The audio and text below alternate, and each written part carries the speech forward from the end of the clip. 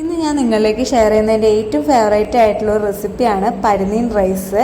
ഇത് ഈസി ആയിട്ടൊരു 5 മിനിറ്റ് കൊണ്ട് തന്നെ കുക്ക് ചെയ്തെടുക്കാവുന്നതാണ്. പിന്നെ കുട്ടികൾക്കൊക്കെ പ്രത്യേകിച്ച് നല്ല ഇഷ്ടമാവും. ഇതിന് വേണ്ടിയിട്ട് മത്തിയുടെ പരിനീൻ നന്നായി ക്ലീൻ ചെയ്തതിന് ശേഷം അതിലേക്ക് ഉപ്പും മഞ്ഞൾപ്പൊടിയും മുളകും പൊടി ഇട്ടിട്ട് നന്നായി മാരിനേറ്റ് ചെയ്തിട്ട് ഒരു 5 to 10 മിനിറ്റ് എടുത്ത് വെക്കണം.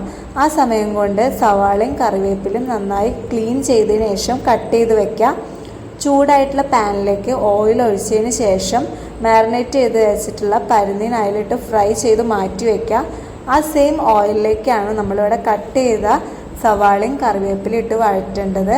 നന്നായി വഴന്ന് വരുന്ന സമയത്ത് അതിലേക്ക് ഉപ്പ്, മഞ്ഞൾപ്പൊടി, മുളക് പൊടി ആവശ്യത്തിന് ഇട്ടിട്ട് നന്നായി മിക്സ് ചെയ്യുക. അതിന് ശേഷം മാറ്റി വെച്ചിട്ടുള്ള പരിനീനും കൂടിയും ഇതിലേക്ക് ആഡ് ചെയ്യുക. പിന്നെ നമ്മൾ കഴിക്കാൻ ഉദ്ദേശിക്കുന്ന ചോറും കൂടി ഇതിൽ ആഡ് ചെയ്തിട്ട് ഉപ്പൊക്കെ കറക്റ്റ് ചെയ്തെടുക്കുകയാണ് വേണ്ടത്. അങ്ങനെ നന്നായി മിക്സ് ചെയ്തെടുത്തിട്ടുണ്ടെങ്കിൽ നമ്മൾ പരിനീൻ റൈസ് റെഡിയായി. നല്ല ടേസ്റ്റാണ്. അപ്പോൾ എല്ലാവരും ഇതെന്തായാലും ട്രൈ ചെയ്യണം. ഈ റൈസ് മാത്രം മതി, നമുക്ക് വേറെ ഒരു ഐറ്റം വേണ്ട. ഇപ്പം ഞാനൊക്കെ ആണെങ്കിൽ കറിയൊന്നും കൂട്ടിയിട്ട് വല്ലാതെ ഭക്ഷണം കഴിക്കില്ല. ഈ പരിനീൻ റൈസ് ഉണ്ടെങ്കിൽ ഞാൻ കുറേ ഭക്ഷണം കഴിക്കും.